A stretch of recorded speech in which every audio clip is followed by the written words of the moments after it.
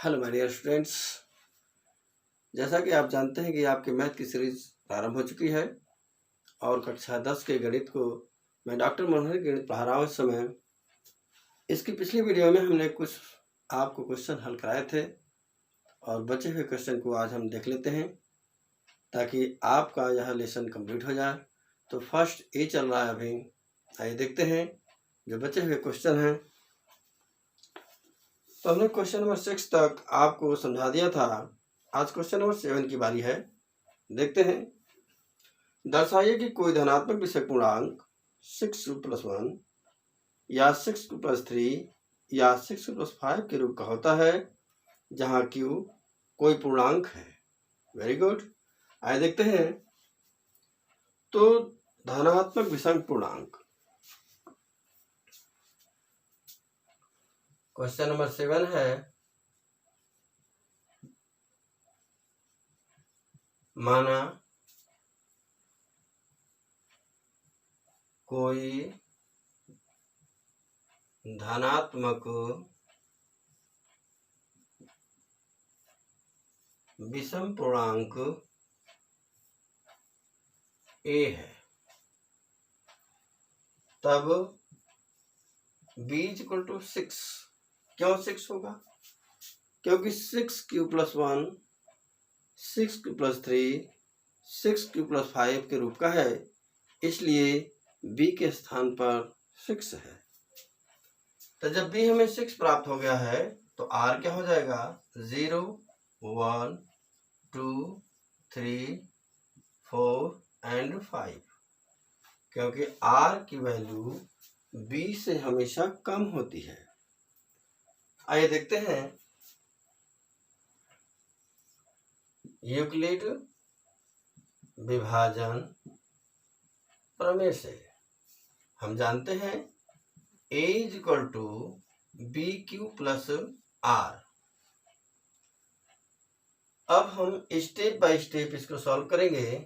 तो पहले लिखेंगे स्टेप फर्स्ट, जब r बराबर 0 हो।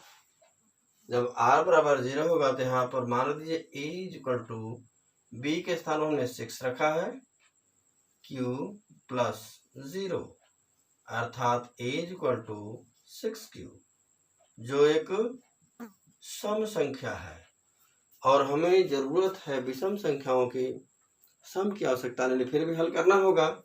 यह सम क्यों है ये जान लीजिए। यदि कोई सम संख्या है उसके साथ सम का गुणा करें चाहे विषम का गुणा करें, हमेशा सम संख्या ही प्राप्त होती है। देख लीजिए, ये सब सम संख्याएं प्राप्त हो रही हैं, तो जाहिर सी बात है ये सम संख्या हो गई। आइए देखते हैं स्टेप नंबर 2। जब r बराबर 1 रखा जाए तो a = 6q+1। जब ये सम प्राप्त हुआ है और यह विषम है,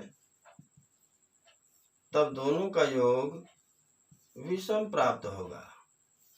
क्यों? क्योंकि किसी भी सम संख्या में विषम संख्या को या सम संख्या को जोड़ा जाए, यदि किसी सम में विषम को जोड़ा जाए तो विषम प्राप्त होता है, यदि सम में सम को जोड़ा जाए तो सम प्राप्त होता है। तो यह विषम है, इसलिए हमारा हो जाएगा समीकरण नंबर 1। इसके बाद बात करते हैं स्टेप 3 की। यदि r बराबर हम 2 रख दें तो a = 6q+2, तो ये सम है और ये भी सम है, तो दोनों मिलके क्या प्राप्त होंगे? सम, जो हमें इसकी आवश्यकता नहीं है, हमें है विषम की आवश्यकता। आइए देखते हैं स्टेप 4, r = 3, तो a = 6q+3। अगर देखते हैं यह सम है तो यह हमारा विषम है, जिससे क्या प्राप्त हो जाएगा? विषम प्राप्त हो जाएगा। इस प्रकार से ये प्राप्त हुआ इक्वेशन नंबर सेकंड। अब देख लेते हैं स्टेप 5।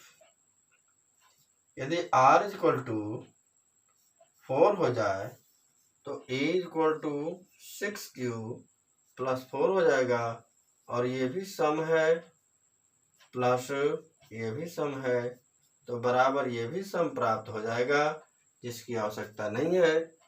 अब हम बात करेंगे स्टेप 6 की। r is equal to 5। जब हम 5 रख लेते हैं तो a is equal to 6q plus 5। देखते हैं 6q हमारा सम है और 5 जो है विषम है, तो इससे जो प्राप्त होगा यह विषम हो जाएगा। हम इसे कह देंगे समीकरण नंबर 3। तो इस प्रकार से आपने देखा कि समीकरण 1, समीकरण 2 और समीकरण 3 ये सब जो है विषम है।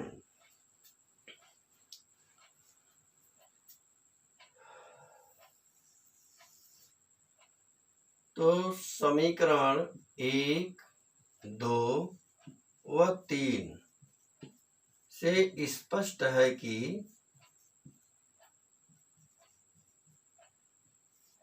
6q प्लस 1, 6q प्लस 2 तथा 6q प्लस 3 एक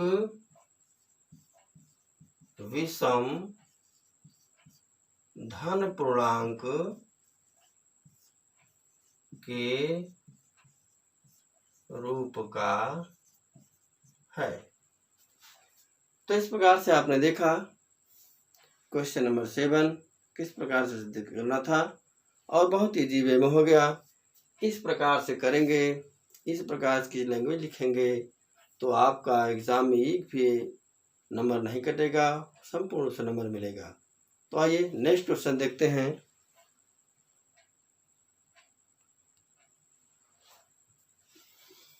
अब देखते हैं क्वेश्चन नंबर 8। किसी परेड में 616 सदस्यों वाली एक सेना की टुकड़ी को 32 सदस्यों वाले एक आर्मी बैंड के पीछे मार्च करना है। दोनों समूहों को समान संख्या वाले स्तंभों में मार्च करना है। उन स्तंभों की अधिकतम संख्या क्या है जिसमें वे मार्च कर सके। अधिकतम मतलब क्या होता है, HCF। तो जाहिर सी बात है 616 और 32 का HCF निकालना है आपको, तो ये सिंपल हो जाएगा आपसे। आइए देखते हैं आगे क्वेश्चन नंबर 9। यूक्लिड विभाजन प्रमेयिका का प्रयोग करके दर्शाइए कि किसी धनात्मक पूर्णांक का वर्ग किसी पूर्णांक m के लिए 3m या 3m प्लस 1 के रूप का होता है। Very good. आइए देखते हैं सवाल को। Question number 9। सबसे पहले माना कोई धनात्मक पूर्णांक a है, तब b इक्वल टू कितना हो जाएगा। इसमें 3 की बात हो रही है, इसलिए b इक्वल टू हम क्या कह सकते हैं, 3।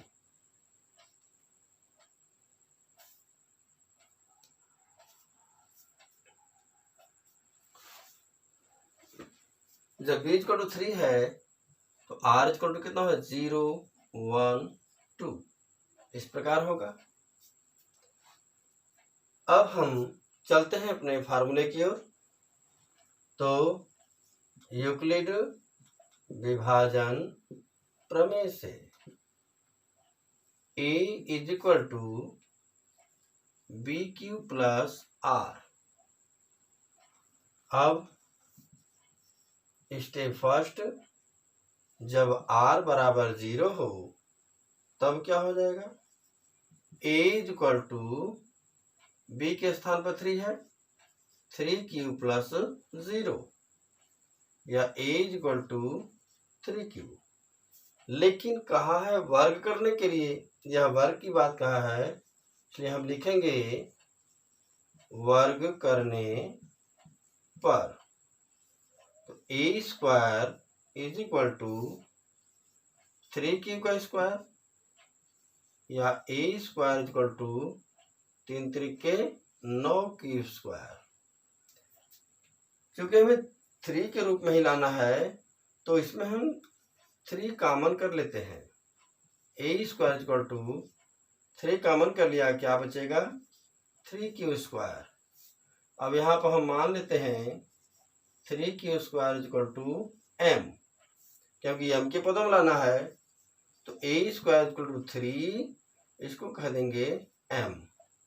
ये हो जाएगा equation number first.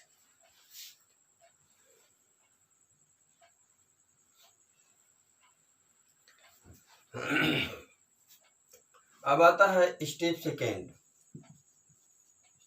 Step second में हम r बराबर लिखेंगे 1। इसी प्रकार से होगा। तो a is equal to 3q plus 1, square करने पर अर्थात वर्ग करने पर, यदि हम वर्ग कर देते हैं यहाँ पर, तो a square is equal to 3q plus 1 का होल स्क्वायर। अब इसे अगर तोड़ा जाए तो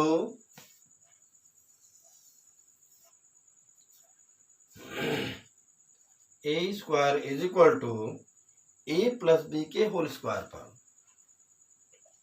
तो 3 त्रिके 9 क्यू स्क्वायर प्लस, यहाँ प्लस 1 का स्क्वायर मतलब a square plus b square plus 2ab, 2ab अर्थात 2 3 6q।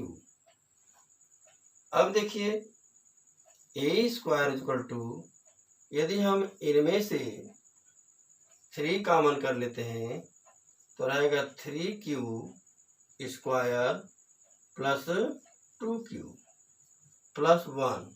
अब ये हमारा हिस्सा m हो जाएगा, मान लेते हैं इसको m। तो कहेंगे a square equal to 3m plus 1।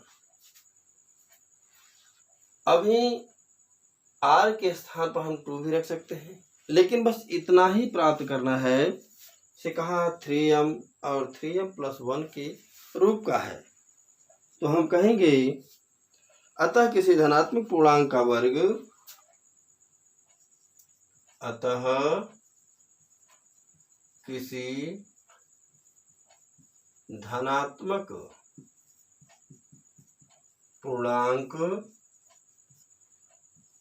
का वर्ग, किसी धनात्मक पूर्णांक का वर्ग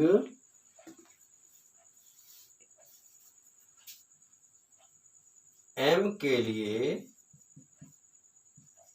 3m एवं 3m प्लस 1, 3m प्लस 1 के रूप में होता है, के रूप में होता है। इस प्रकार से आपको लैंग्वेज भी लिखनी होगी जो आपके बुक में दी गई है। सॉल्व करने के बाद इस लैंग्वेज को भी लिखना पड़ेगा, तब आपको कंप्लीट जो है इसका नंबर प्राप्त हो जाएगा। तो आपने देखा कि 8 इजी था, 9 भी सॉल्व हो गया। अब हम लोग नेक्स्ट क्वेश्चन की बात करते हैं।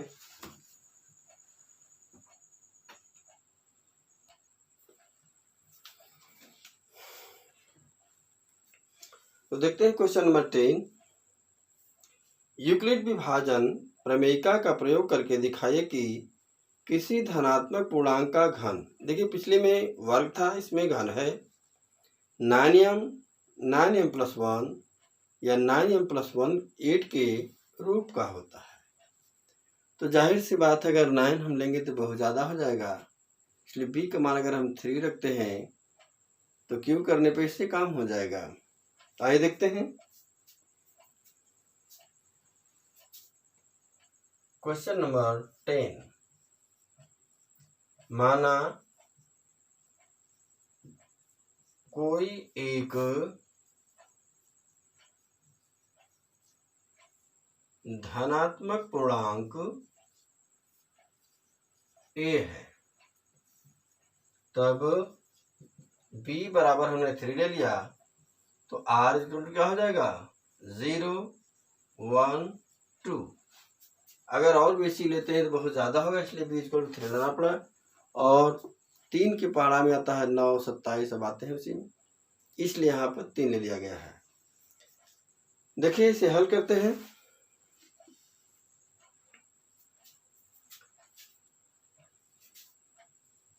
सेम प्रोसेस होगा यूक्लिड विभाजन प्रमेय से a equal to B Q plus R, ये हमारा फार्मूले के रूप में हो गया। अब हम बात करते हैं स्टेप फर्स्ट। यदि r इक्वल टू 0 हो तो क्या हो जाएगा a equal to 3q plus 0 या a इक्वल टू 3q। लेकिन यहाँ पर घन करने को कहा है, घन करने पर a घाते 3 इज इक्वल टू 3q घाते 3। तो a Q equal to 3 3 9 27 q घाते 3। जाहिर सी बात है आंसर में हमें 9 लाना है, तो a क्यू इक्वल टू 9 हम कॉमन कर लेते हैं, इसमें से 3q घाते 3 हो गया। तो a क्यू इक्वल टू 9, अगर हम इसे m ले लेते हैं तो हो जाएगा 9m। ये इक्वेशन नंबर फर्स्ट। देखिए जिस प्रकार से वर्ग वाला था उसी प्रकार से घन का है, थोड़ी सी खाली फार्मूले पर ध्यान देना है। अब हम बात करेंगे स्टेप सेकेंड की। यदि r इक्वल टू 1 रख लिया जाए तो a equal to 3q plus 1। अब हम इसका घन कर लेते हैं। घन करने पर तो ए cube is equal to 3q plus 1 का क्यू। अब a प्लस बी का होल क्यू का सूत्र याद होना चाहिए। तो ए क्यू इज इक्वल टू, पहले अब इसको a इसको b मान लेते हैं, तो ए क्यू मतलब 3q का घाते 3 प्लस बी क्यू मतलब 1 रहेगा, घाते 3 लिख लेते हैं, plus 3ab 3 into 3q plus 1 3q into 1 A cube plus B Q plus 3ab bracket में प्लस बी अर्थात यही रहेगा 3q प्लस 1। ये फार्मूले पर रख दिया गया। अब ए क्यू इज इक्वल टू, इसको तोड़ दिया जाए, 3 3 9 27 क्यू घाते 3 प्लस ये 1 रहेगा, प्लस 3 3 9 इकाई 9 की हो जाएगा, और ब्रैकेट में है 3q प्लस 1।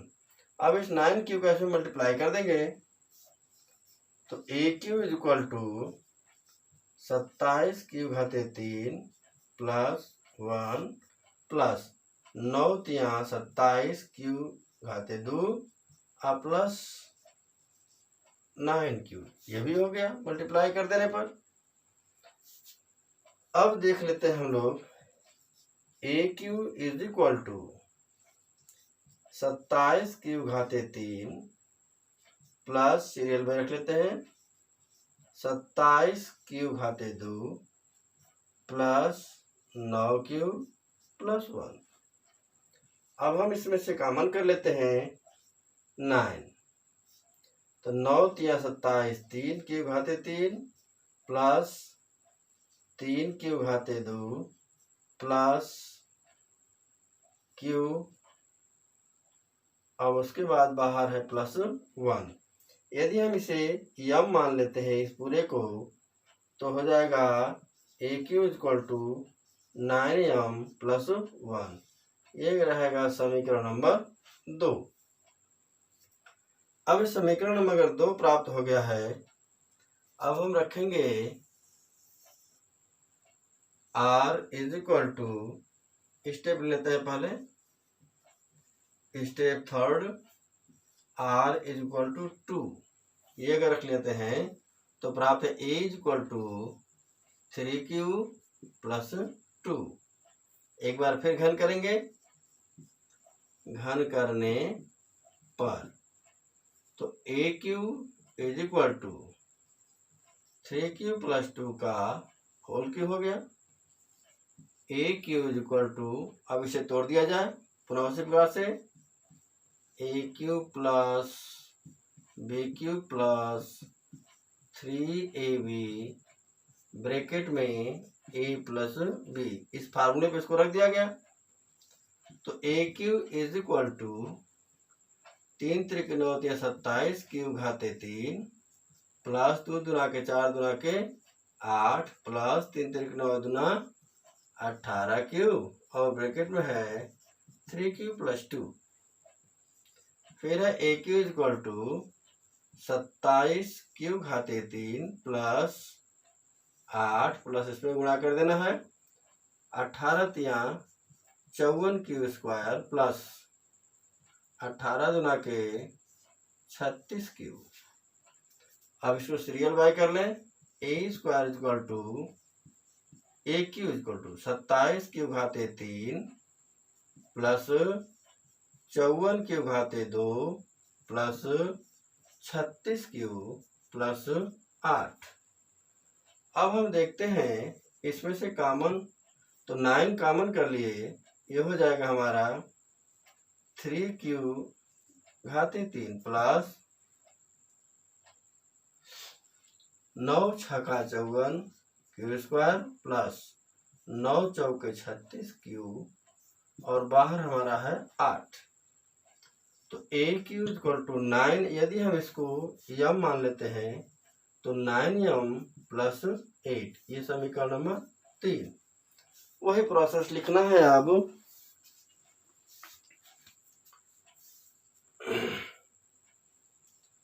समीकरण 1, 2 व 3 से, समीकरण 1 व 2 व 3 से किसी धनात्मक पूर्णांक का घन, किसी धनात्मक पूर्णांक का घन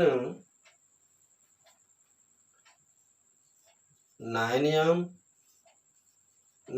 प्लस 1 व 9m प्लस 8 के रूप का है। तो इस प्रकार से आपने देखा कि क्वेश्चन नंबर 7, 9, 10 ये इंपॉर्टेंट क्वेश्चन थे जो कि बता दिए गए।